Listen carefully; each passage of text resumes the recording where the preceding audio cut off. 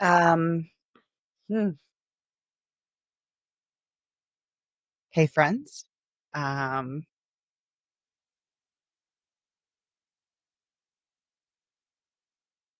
Today's episode of the Human in All of Us podcast,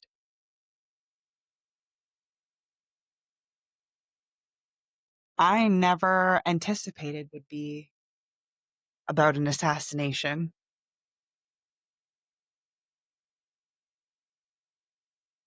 And I just want to hold space and be very clear that however you are feeling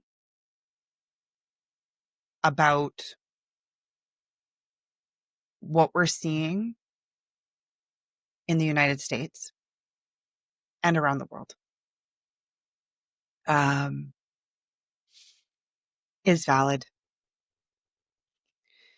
When we witness violence, hmm, um, whether we feel big emotions deeply about it, or we feel numb, or if we feel meh, uh, and it's not even hitting, even if you have a sense of celebration, whatever your reaction or response is, I honor. Um, but I also want to just be very clear that what I'm about to talk about um, is not going to feel good for some people, and for other people, I'm hoping brings it a little bit of peace and understanding as to what vicarious trauma is, um, and just how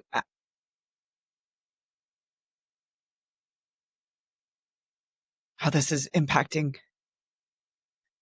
um, my mental health just personally, not from a perspective of anything other than my humanness.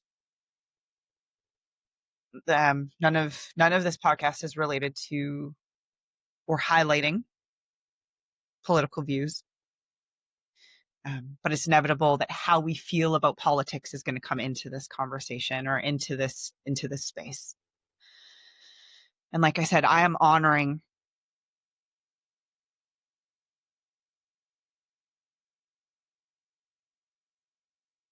I'm like just flooded with complex emotions right now.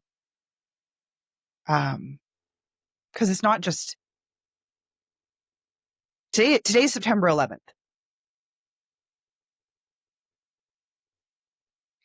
This is the day after Charlie Kirk was killed in front of um, whew, multiple multiple people in person, including loved ones, and it's online everywhere. I have seen countless clips from different angles.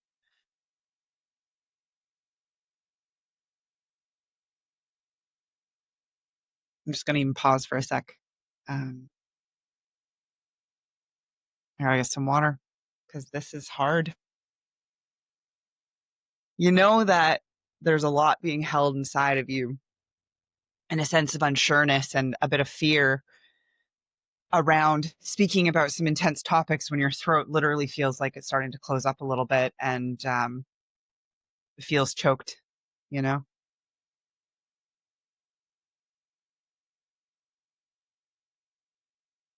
What happened is big. You can feel it, you know? And I want to be very clear about something. I know a lot of people really liked Charlie Kirk and his ideologies. I personally, um, I personally believe that anything that we are passionate about can be shared with kindness and compassion. And um, I don't feel that was Charlie Kirk's vibe in a lot of scenarios. Like the one thing that I don't think many people can argue is that objectively he loved to provoke emotions. Objectively. Like, and if you could watch any clip of his that has ever gone viral, it's the ones where he's really pissed somebody off, you know? I always felt icky. I always felt icky when certain things would pop up and just how abrupt he was and how inflexible that he could be at times, even in scenarios where it's just kind of like, bro, what the hell? Like, but I did always admire the fact that, admire is probably the wrong word, but anyone who stands in their truth, um, I got to give some kudos to. And that's what he did. And to be very honest, um, he literally died doing what he felt was his duty. And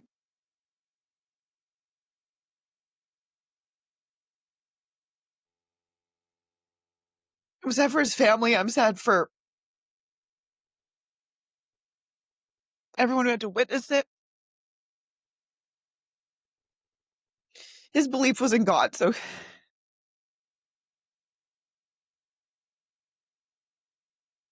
I hope his faith took him to wherever he needed to go.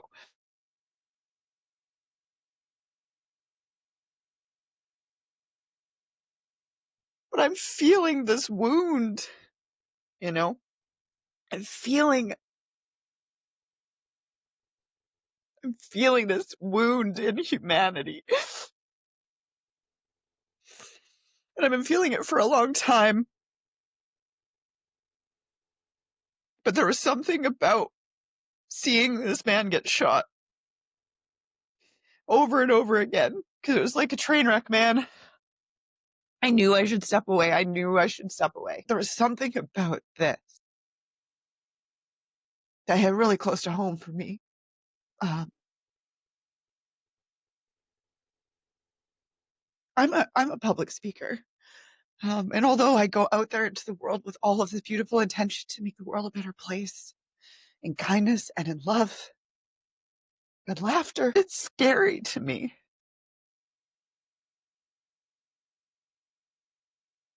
That's scary to me.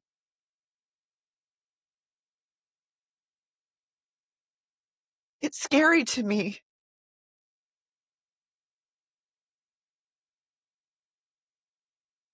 that anybody can just go out into the world and take another life.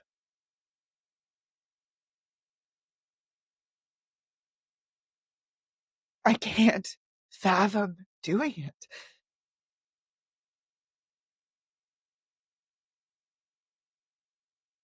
I just can't fathom doing it.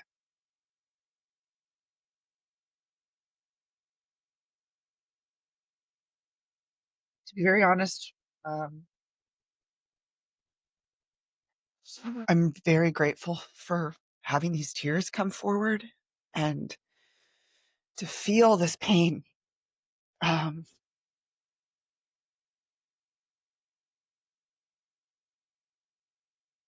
because it shows my humanness. Okay. Emotions. Emotions are so incredibly valid. They're so important because even in just talking about how I'm feeling and just like allowing whatever thoughts are coming forward to come up, um, I'm honoring them, you know.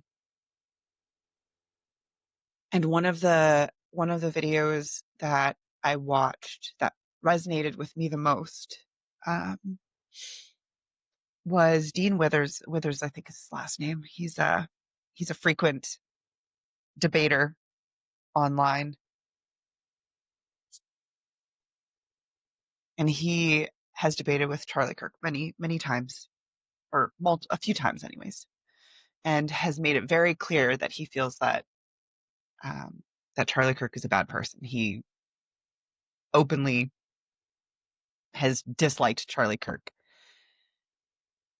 And when the news broke out about the shooting, he was live on TikTok when he found out that he had in fact died. And he cried. He cried for the wounding of it all.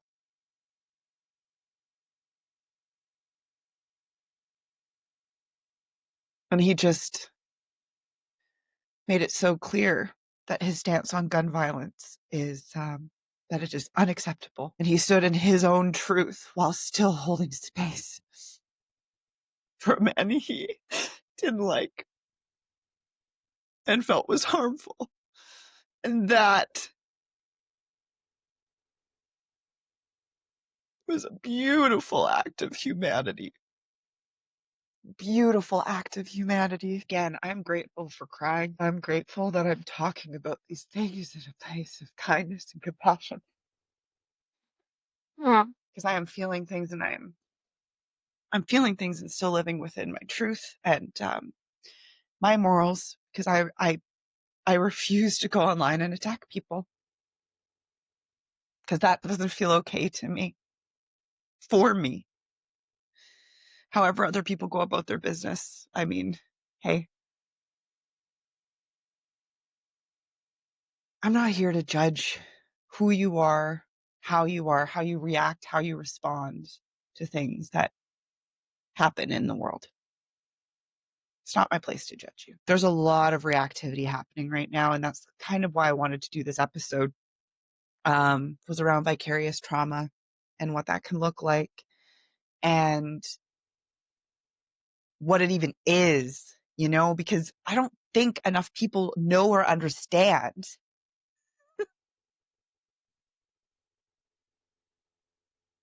that witnessing death, even of a stranger, because I've also been seeing death in a lot of other ways online. This is not just an isolated incident, You hear about it so often, and we get all of these bombardments of stimulus of people are dying brutally. And we're supposed to, just as human beings, just be like, la, la, la, la, blah, blah, blah. Everything's fine. Everything's fine. Blah, blah, blah. Everything's fine. Well,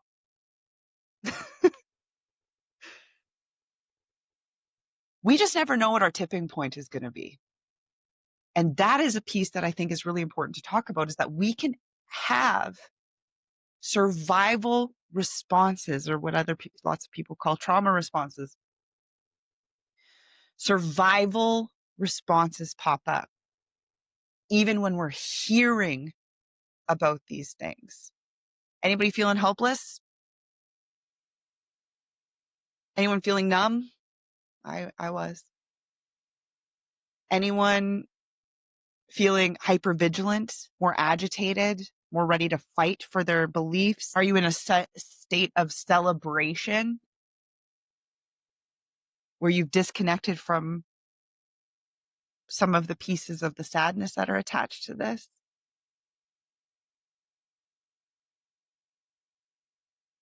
Whatever is happening inside of you.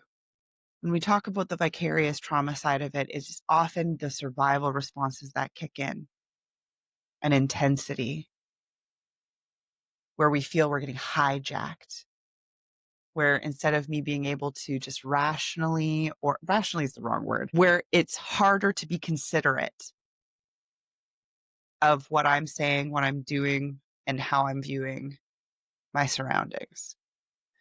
Is there an openness, or is there a closedness? Is there intense rage, fight energy? Is there a feeling of I need to do something? So continually just scroll. Is there an urgency energy inside of you that you just don't even know where to place it? Where you feel like you need to get away and avoid, understandably. Where there's these feelings of needing to move your body, or escape? Is there a hold on you where it feels like a heaviness where you can't move, where the ability to feel is no longer present because it just feels too much? And if you're feeling none of these things, if you're feeling fine, also know that that's okay too. Just because something is traumatic or causes vicarious trauma in another person does not mean that that is something that you are supposed to bear as well. One person can get in a car accident, a bumper, like just a bumper bender, and be totally fine. No big deal. And another person can have a massive response to that. I cannot determine what will be a straw that breaks my camel's back. By the way, my camel's name is Fred. I'm kidding. I don't have a camel. I live in a condo and I don't know how much they would like living in Kelowna. So,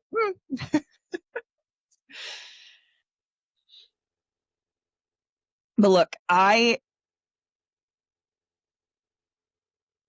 already like yesterday and today, um, I'm already noticing how hard it is for me to step away from my phone and not go deep diving. Um, it's like this feeling of I need to seek information and I need to see what's going on, or just this sense of knowing. And I don't need to know. I actually don't need to know. And it's that feeling of I need to, like, even just like I can feel my shoulders, my arms. It's just like this closing in of like I just want to know. And I really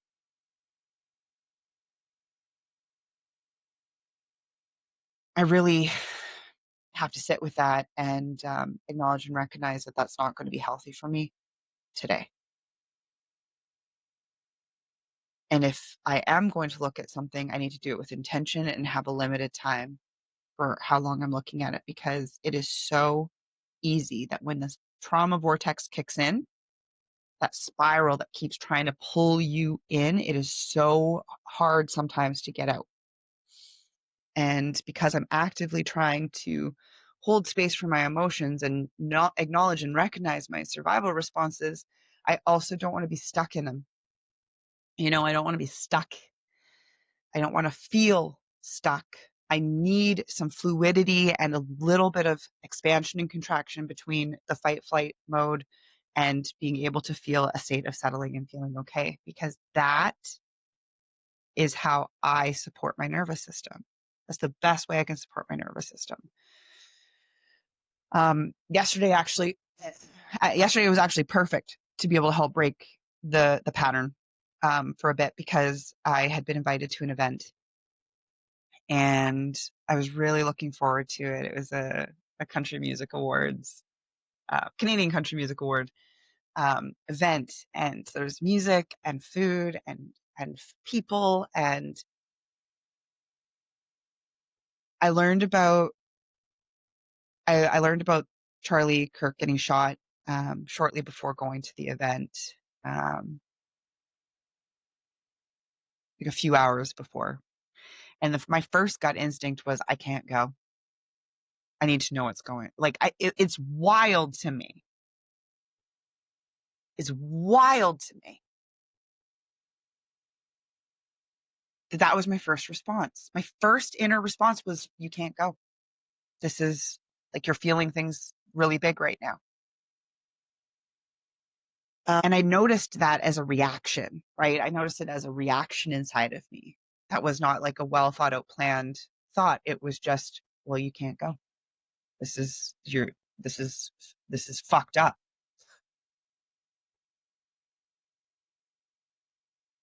And then I sat with it for a bit and I'm just like, no, no. Why this? Why is this the thing that's going to pause my life?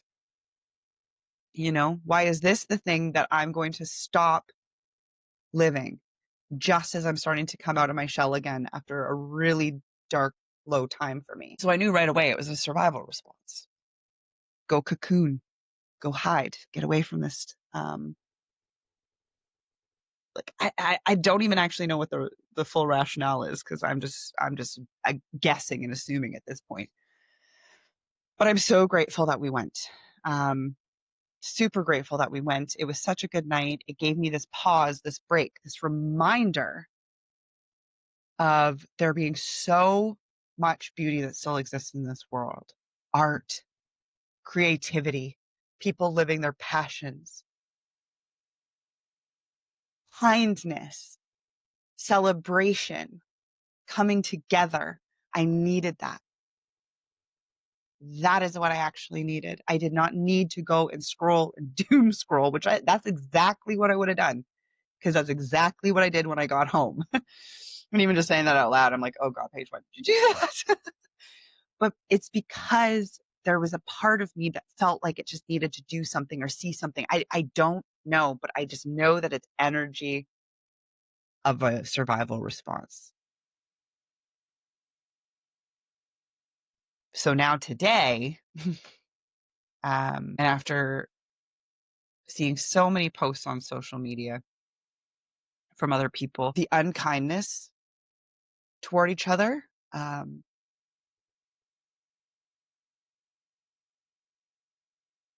extreme judgment and um, harshness and non-understanding. I get it. I logically get it. Survival responses, we get fucking spicy, man. We can stand very strongly in our convictions. And I mean, you're living in your truth, man. And so I give you kudos. And also, I don't, I find it deeply hard to witness.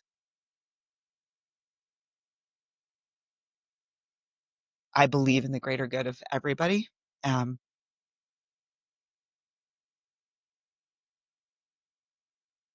I've seen evil. I've witnessed it. Um,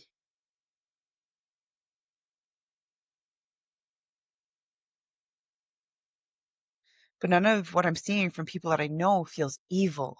It just feels like people feeling things very strongly. And the division for me is so hard because it's just making it worse.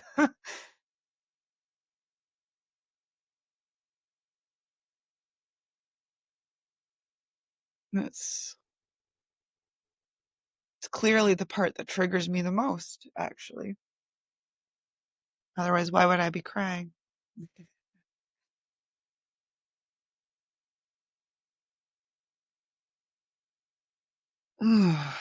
Wow. Who would have thought this would be the second episode of my podcast?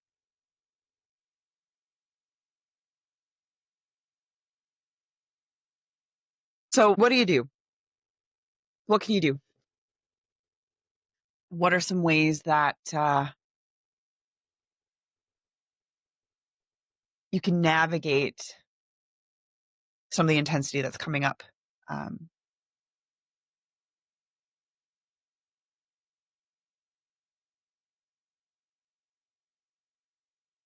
well, first is what I just did right there. Long exhale, my friend. When we get a bit fight or flighty,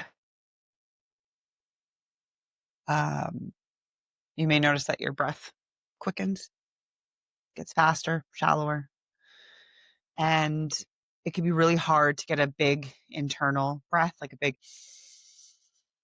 like I could feel that there's a limitation for how big I can get a breath there. But one of the things I really like is that I can still have a deeper, longer exhale. So it's that exhale that helps to focus on. Get a bit of breath in and then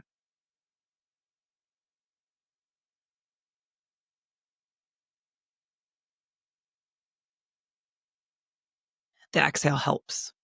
I feel calmer already. Oh, and even in that breath in, I could actually feel it actually expand and get a little bit bigger. So that's also a really beautiful thing to kind of be able to pay attention to, is when you notice that your breath actually can expand a little bit larger. Don't panic about it not expanding, but when you do notice it expanding, wow, how wonderful. There's an expansion here.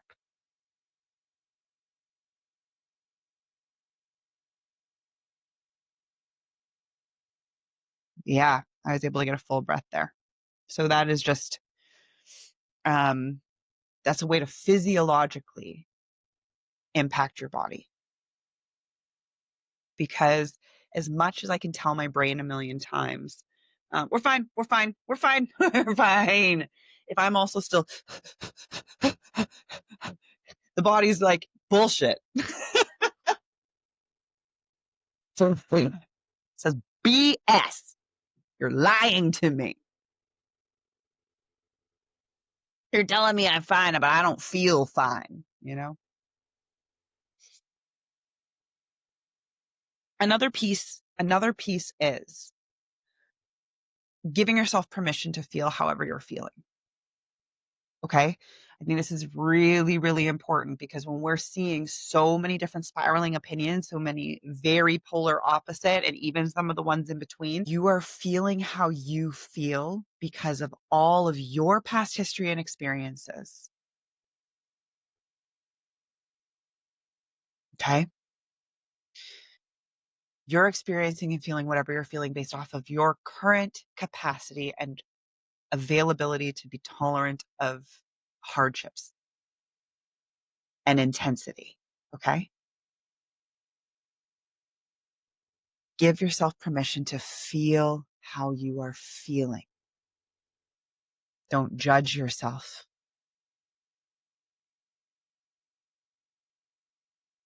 I hope that really is landing and resonating. Okay. Because whether you feel the same way that I do or not, I don't want you to feel like how I feel. I want you to feel how you feel. Please, please give yourself permission to be you. Okay.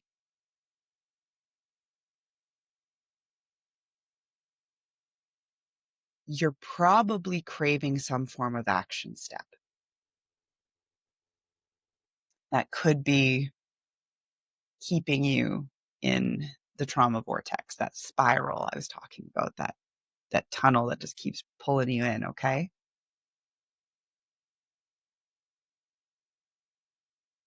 Create times in your day when you are going to allow yourself to be fully engaged in how you're feeling and what you're doing. Like I'm doing right now with recording this podcast episode. This is very intentional.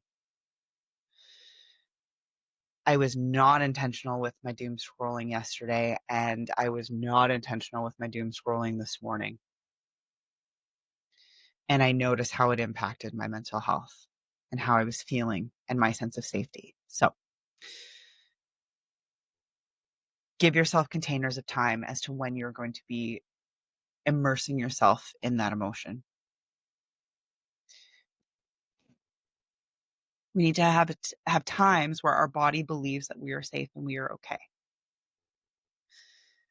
that we are not in immediate danger. Do you understand what I mean by immediate? Immediate means like right here, right now, my life is at risk.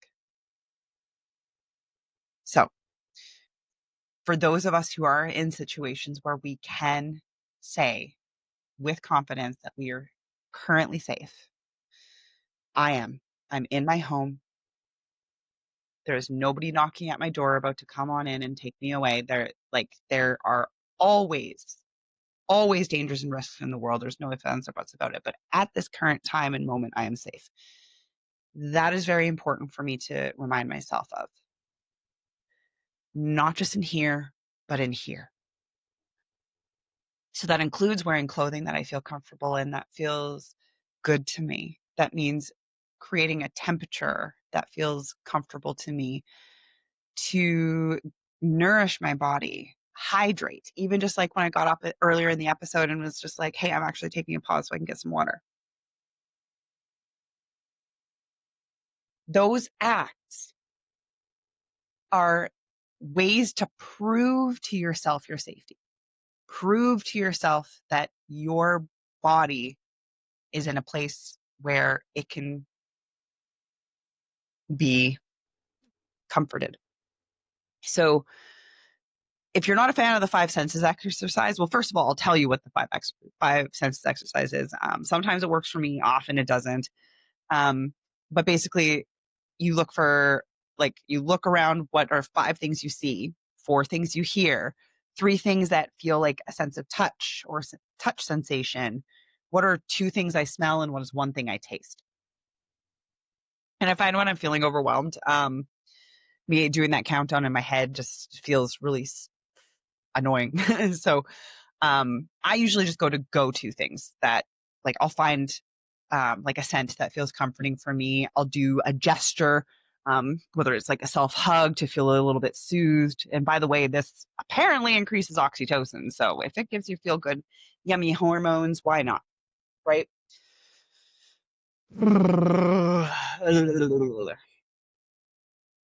I didn't realize I needed a self hug. But now that I'm doing it, it felt really nice. I could feel a softening happen there. So there's things that we can do independently on our own to create a sense of safety for ourselves. So if that includes you find if you're struggling to eat because your survival mode is so oh, I don't even have an appetite, do something that or eat something that feels nourishing. Wow, I heard a knock. It could have been a car. I don't know. I've got my AirPods in, but I'm very hyper vigilant. Whew. Like that pause I took where I kind of blanked on what I was going to say, it's because my brain instantly went to what's that noise? What is that? That is survival response. Okay. So I'm acknowledging that I'm feeling more hyper vigilant right now. This is why it is so important to create senses of safety because my body is still feeling the stress hormones of everything that is happening, the heaviness. It is not going away. This is not distracting. This is not causing a distraction just so you don't think about the thing. This is literally trying to create space of, okay, this is really hard and I'm okay. This is really hard and I'm feeling these feelings, which are valid. This is like,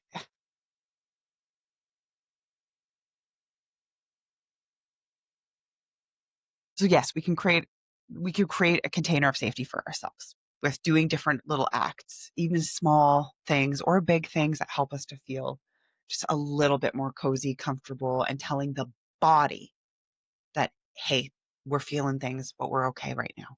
Right in this moment, I don't need to fight anybody. I don't need to run away from anything. And I don't have to freeze or collapse because, okay, my camera just died. Okay, I think we're good. Camera.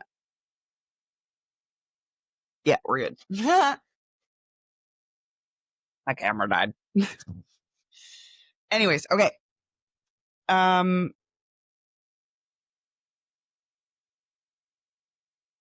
the next piece is seeking safety with other people, seeking support and connection with others who help you to feel safe. This is not the time to go and argue. Well, I mean, okay, I'm not going to tell you what to do. Of course, you can go and just fucking freak out on somebody. Of course, you can. Of course. Take a second, though, and just maybe seek supportive, loving care right now. Um, whether that's from friends, family, your professional, a crisis line, 988 friends in America and Canada. It's free. You can speak with a crisis professional. It's free. 988. You can text or call. Is a service that's there to help you feel support in crisis. You don't have to be at a place of readiness to die to call a crisis line. If we are feeling really big emotions, it is important to feel like there's a safe container for them. I know both my partner and I are feeling a lot of things about this, and we're both in we're both feeling overwhelmed, um, and there are similarities of what we're thinking and feeling about what's happening. And I just know that I really look forward to him coming home from work today and being able to just give him a really big hug. I've got therapy this evening with my counselor. Wow, thank you, timing. I see her nearly every Thursday, so I mean, worked out. And if I was in a place where I was really, really struggling, and really, really panicking, I would call a crisis line, and I have in dark times of my own.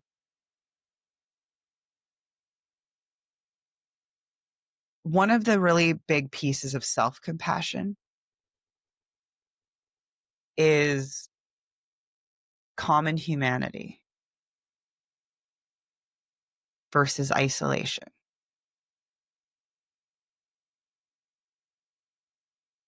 There are other people who are feeling the way that you're feeling. Yes, there are people who are feeling differently, but there are people who are feeling what you are feeling. Okay. And it is important to know that people love us and can care for us regardless of what our thoughts are in a moment. Okay. That's why in therapy, unconditional positive regard, I'm pretty sure it's Carl Rogers who rocked that one.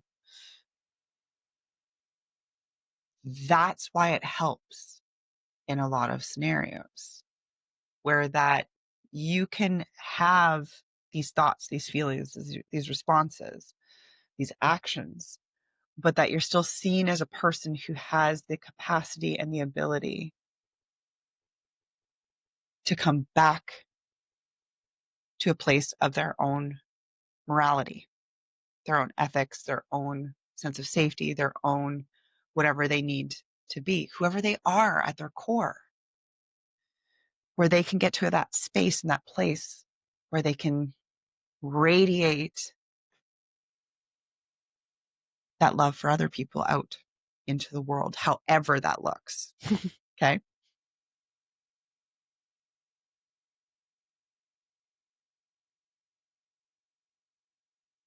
I'm going to end this podcast here because, first of all, I don't want to overly bombard people with things that they could do related to survival responses that they can currently be feeling. Because here's the other thing too, is that they also can dissipate on their own, right? Because it doesn't mean you're going to stay stuck in this. Okay. Vicarious trauma is when you're feeling stuck. The initial responses and reactions that can be coming or that can come up, I just want to normalize that there can be varieties of ways that we're going to interpret and respond and react to situations. Okay. I think that's the core piece. And just because you're feeling things about this right now does not mean that this is going to linger and last forever. Okay. Like, let me be perfectly clear about that. The the tools that I've shared are meant to help you feel a sense of safety again, that you are entitled to, and you rightfully are having whatever emotions are coming up. Emotions are just warning signs. They're just here to tell us that something is going on and that there's something to be felt about it. And you can also find pockets of peace in the chaos. It's important because if we're all fight, flight, or all frozen, we're ugh, it's not a fun place to get stuck in. So please, if this resonates with you, find space in your day to ebb and flow between both how you're feeling and creating a container of safety, whether that's on your own or with people who you genuinely feel supported and loved by. Anyways, wow, episode 2. What the heckins?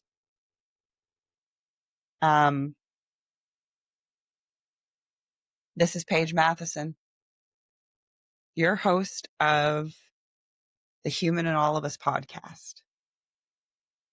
I am signing out with so much love and gratitude